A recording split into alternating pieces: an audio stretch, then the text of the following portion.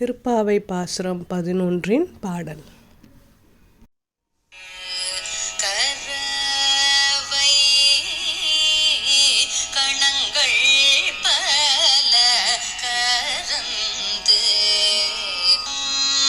செற்றார் திரளழிய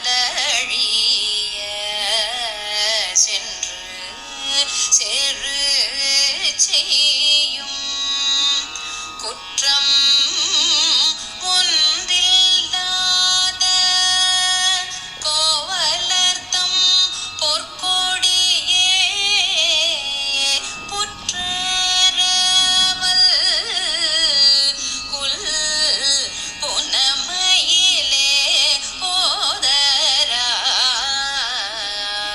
சுற்றத்து தோழிமார்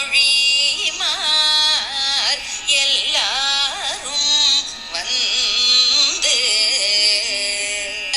முற்றம் புகுந்து முகில் வண்ணன் பேர் பாட சிற்றாதே பேசாதே செல்வ பெண்டாட்டி எற்று கூறங்கும் பொருளேலோ ரெம்பாவாய்.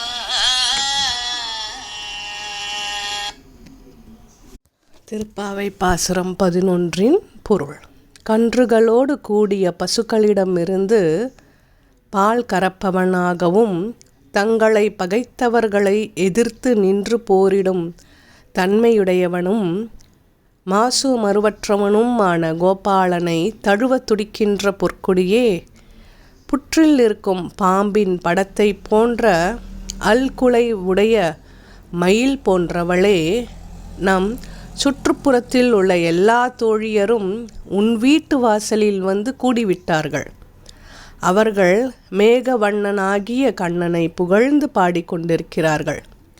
செல்வத்தையும் பெண்மையையும் புனிதமாய் காப்பவளே, இதையெல்லாம் கேட்டும் அசையாமலும் பேசாமலும் உறங்கிக் கொண்டிருக்கிறாயே, அர்த்தமற்ற இந்த உறக்கத்தினால் உனக்கு என்ன பலன் கிடைக்கப் போகிறது? விளக்கம். நேரம் ஓடிக்கொண்டே இருக்கிறது.